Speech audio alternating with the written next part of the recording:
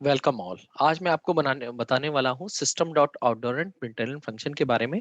और इसको इंटरव्यू में बहुत ही पूछा जाता है।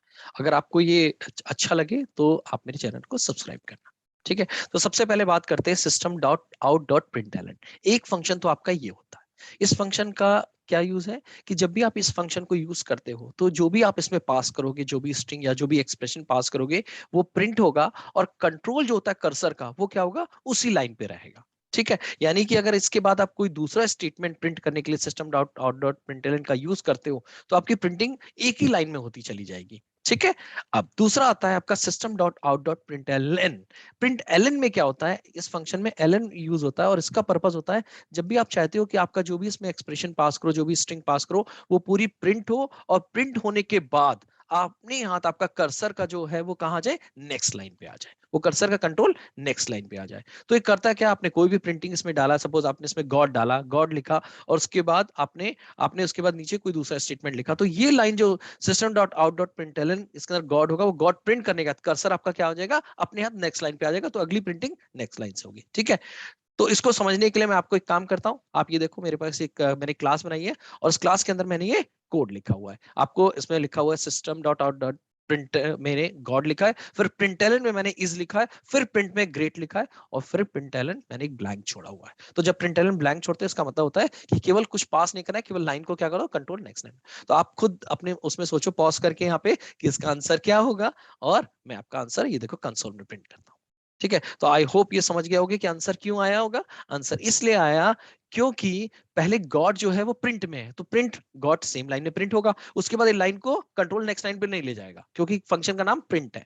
तो गॉड के बाद कंट्रोल वहीं पे है, जब ये नेक्स्ट लाइन आपका आया, नेक्स्ट लाइन पे जहां पे इज लिखा हुआ है, तो उसने उसी लाइन में प्रिंट किया हुआ है। अब लेकिन जो इज इस समय पास हुआ है, वो फंक्शन का नाम है प्रिंट एलन। तो इसका मतलब इज वाली लाइन को प्रिंट करके कंट्रोल कहां जाएगा, नेक्स्ट लाइन में। तो आपने देखा होगा जो प्रिंट अगला प्रिंट है जिसमें ग्रेट लिखा हुआ है, वो नेक्स्ट लाइन में प्रिंट हुआ, और उसका सिंपल प्रिंट एलन क्या कर रहा है, ये लाइन को ब्रेक कर रहा है।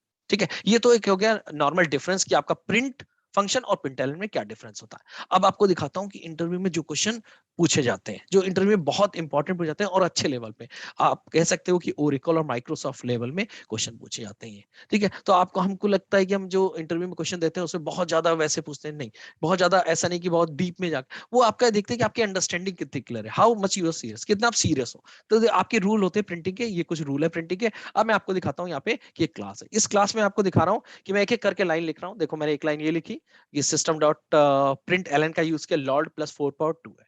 ठीक है, इसके बाद मैं एक एक करके देखो ऐसी स्टेटमेंट इसमें लिखता जा रहा हूँ। तो सारे स्टेटमेंट एक एक करके लिखता जाऊंगा, तो देखो सारा कोड में लिखता जा रहा हूँ, आप देख रहे हो। ये आपने देखा होगा, जैसे लाइन नंबर 13 लिखी, इसमें एक एरर आ गई। इसका मतलब ये कोड तो मैं लिख ही नहीं सकता, कंपाइल ही नहीं कर सकता, तो इसमें क्या प्रॉब्लम है।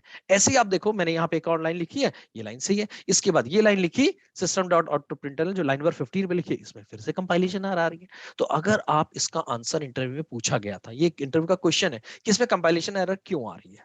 ठीक है, और इसका आंसर आप तभी दे सकते हो जब आपको रूल सारे पता है। ठीक है, इसमें राइट साइड में मैंने सारे रूल्स दे रखे हैं, आप इन रूल्स को देख सकते हो, उसके हिसाब से आप आंसर दे सकते हो। ठीक है, तो यहाँ पे सबसे पहले मैं आपको ये तो बता ही देता हूँ कि यहाँ पे लाइन नंबर 13 और लाइन नंबर 15 में एरर क्यों आ रही है।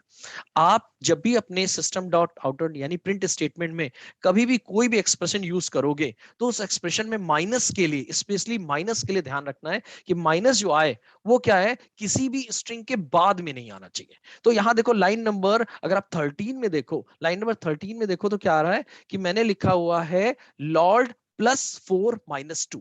तो इसका जो कैलकुलेशन होता है वो हमेशा लेफ्ट से स्टार्ट होता है, उसके अलावा ये प्रीसीडेंस जो मैंने बता रखे हैं वो फॉलो होते हैं। तो पहले लॉर्ड +4 होता, अगर मैं इसको एक वैलिड मानूं तो लॉर्ड +4 होता, तो कॉन्केटिनेट होके बनता लॉर्ड 4।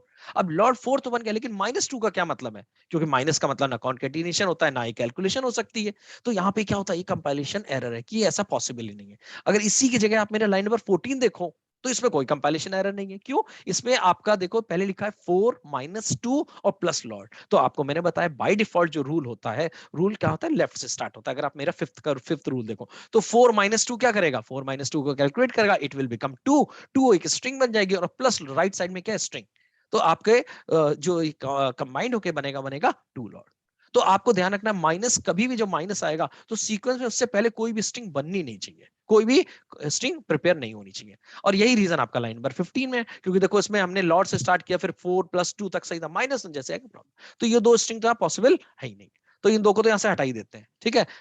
अब यहां से हटाने के बाद यानी टोटल मेरी ये बनी, ये एक्सप्रेशन मेरे पास बना हुआ, ठीक है। तो अब एक काम करते हैं, इसको करने के बाद हम क्या करते हैं कि एक एक करके इसको रन करते हैं। और आप एक काम करना, आप इसको रन करने में पॉज कर करके चलाना, ताकि आपको आप खुद पहले आंसर सोचना इसका रूल के हिसाब से क्या होगा और फिर देखना। ये आपका एक फन भी होगा और साथ में आपको ये बताएगा कि आपकी अंडरस्टैंडिंग कितनी क्लियर है। और ट्रस्ट में ये इंटरव्यू में क्वेश्चन पूछा गया।